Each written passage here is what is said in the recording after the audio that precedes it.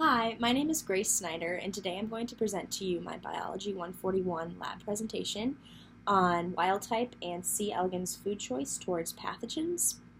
My lab partners for this project and presentation were Jovan Michael Velez, Lucy Menga Palapi, and Natalie Stein.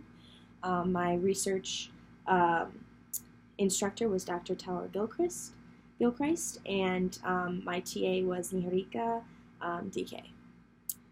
So our first question when we began this project was, why C. elegans? Why are we using this for our research, What are they and why are they important? C. elegans are model organisms. They are eukaryotes and they share 40% homologous genes with humans. They can produce through self-fertilization or mating, and they also exhibit dietary choices and use chemical cues such as odors to detect different bacteria types that are more beneficial for their survival. So these human-like behaviors, as well as the human-like behaviors towards pathogens and bacteria, model that for humans. And this behavior can provide important information for how genes can affect human behavior.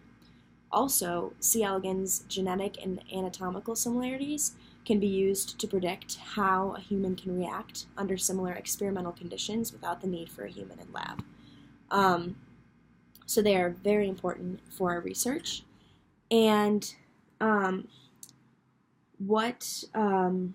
little bit of background into this presentation. We asked ourselves, what is the importance of using C. elegans as model organisms, specifically in interpreting their aversive behavior towards pathogens?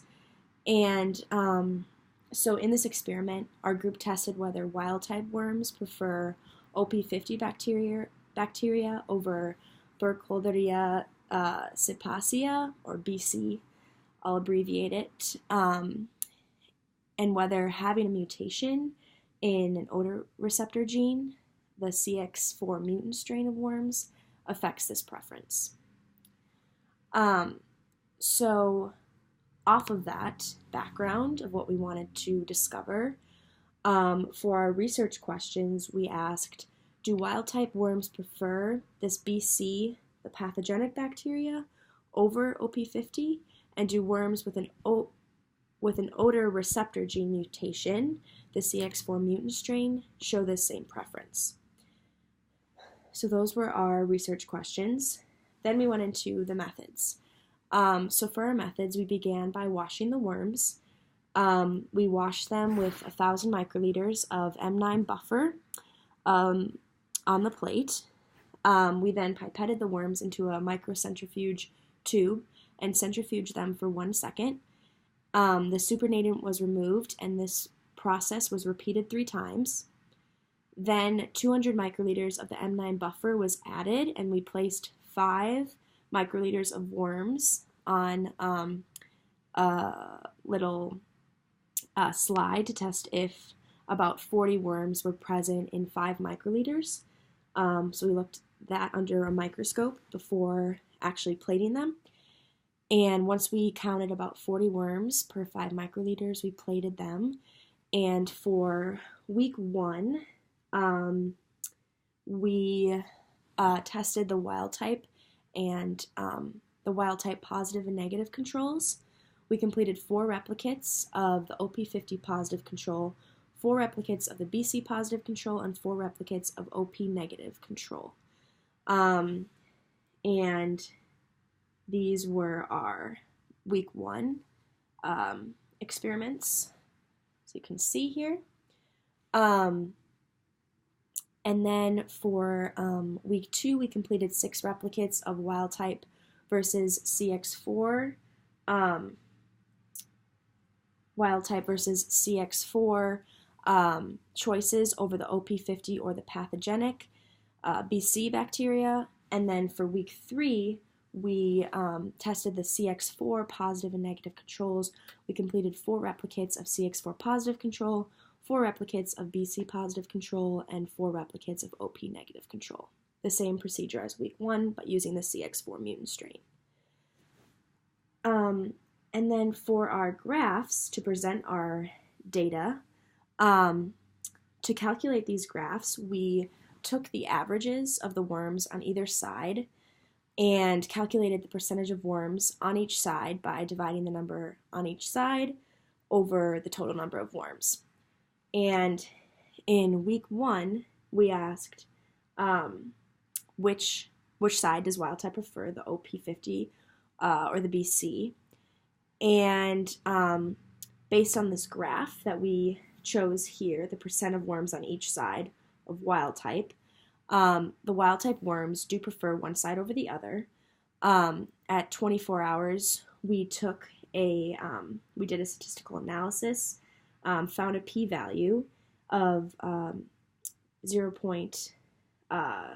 less than 0.001, which is less than 0.05, and so that rejects the null hypotheses. Therefore, there is not the same percent of wild-type worms on the OP50 and BC side, and I'll cover more of the statistical analysis in a little bit. So there clearly is a preference of one side over the other for the wild type. And at the 24 hours, there was a much larger gap between the choice between OP50 and BC. However, the distinction wasn't quite clear of which side, because at 1 hour and 24 hours, it clearly shows a difference, a much larger percentage on the BC side, but then at 96, that percentage went down and there was a larger percentage on the OP50. Then for week 2, CX4, actually this was week 3, so week 2 here, the BC wild type versus CX4, do they show the same preference? This is what we tested in week 2. And based on this graph, CX4 worms showed a higher percentage of worms on the BC side for 1 hour and 96 hours, but not for the 24 hours. So maybe the worms needed longer time to make a decision, or the odor receptor gene limited their decision process in deciding whether they liked BC bacteria. So again, for our statistical analysis at the 24-hour time point, we got a p-value less than 0.001 or less than 0.05, which rejects the null hypothesis, so there is a difference in preference between the wild type and CX4. And then for week 3, the CX4 OP50 versus BC, which side is preferred? The CX4 worms preferred definitely at 1 hour BC over OP50. There was no percentage of OP50 of worms on the OP50 side. However, there was a much, like almost over 70% of worms on the BC side. And since this was only at 1 hour, there's not a clear indication whether they absolutely preferred BC, but it definitely was significant. And then if we look at week 1 again,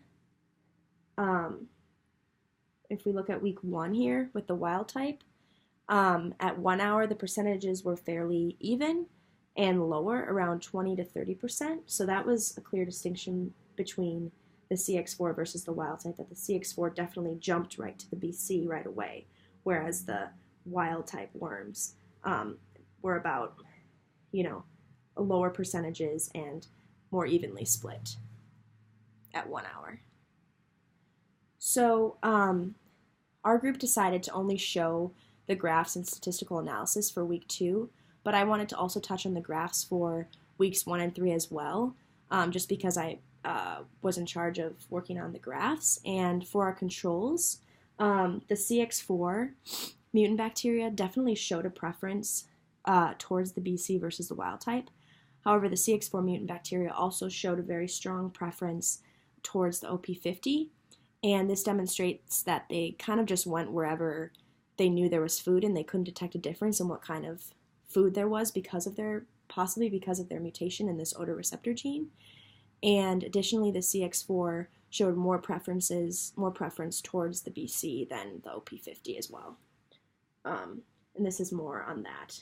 These are the BC positive control CX4, BC negative control CX4, and then the negative control OP50 wild type, and the BC positive control wild type. And so then for the statistical analysis for our results, so we did a binomial test, and our null hypothesis was that worms will have no preference, and our alternative hypothesis was that worms will have a preference. And so for a p-value less than 0.05, as I said earlier, that rejects the null hypotheses, and a p-value greater than 0.05 fails to reject the null hypotheses. So for our for week 1 wild type OP50 versus BC, we got a p-value less than 0.05, which rejects 0.001, which rejects the null hypotheses. So there's not the same percent of wild type worms on the OP50 and BC sides. For our second week, for the BC wild type versus CX4, we got a p-value of less than 0.001, which rejects the null hypotheses that there is a difference in preference between the wild type and CX4. And then the week 3, CX4 OP50 versus BC, we got a p-value of 0.0595, which fails to reject the null hypotheses. So that's our statistical analysis, and a little bit of discussion of our results. So for the first week, the average percentage of total worms was the largest on the BC region compared to the OP50s, and the opposite was noted at 96 hours, with average percentage of total worms being greater on the OP50s region. And the C. elegans initially preferred the BC before switching to OP50, which was interesting for the wild type. And the food choice consistently demonstrated a preference for either bacteria at different times for the wild type.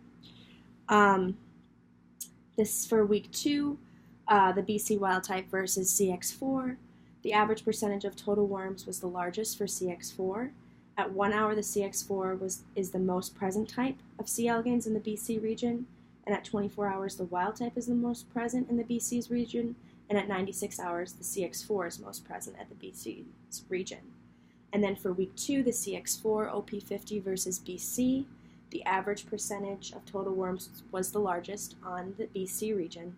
The opposite was noted at 24 hours, where an average percentage was higher on the OP50's region. And the CX4 solely preferred the BC initially. The distribution became closer to 50-50 at 96 hours, as I had mentioned earlier. And the failure to reject the null hypotheses indicates that no significant difference was detected. And so, for a little bit of our discussion, the experimental data for each, so the C. elegans initially preferred the BC before switching to OP50. Indication of a learning response stems from the avoidance of pathogenic bacteria in later time points.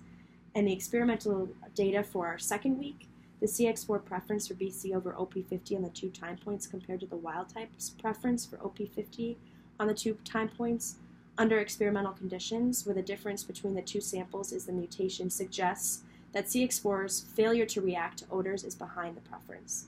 And then for discussion for week 3, CX4 OP50 versus BC, failure to reject the null hypotheses indicates that no preference for CX4 was detected. CX4 shows a preference for BC even after 96 hours, potentially meaning that CX4 does not learn to distinguish between pathogenic and standard food due to that odor receptor mutation. So our results demonstrate food preference for wild type C. elegans. They avoid BC after exposure. CX4 and wild type do not show the same preference. The model organism shows that learned responses to pathogens are present in simple organisms. The worm's initial preference towards BC shows us that they did not have a learned response, and CX4 aversion of pathogens can be tied to human aversion of pathogens containing meals. CX4 shows preference to BC, so aversion to pathogens may be compromised by odor receptor gene mutation. And so we'd like to make a special thanks to Dr. Gilchrist and Niharika for making this a very pleasant and enjoyable lab experience for all of us.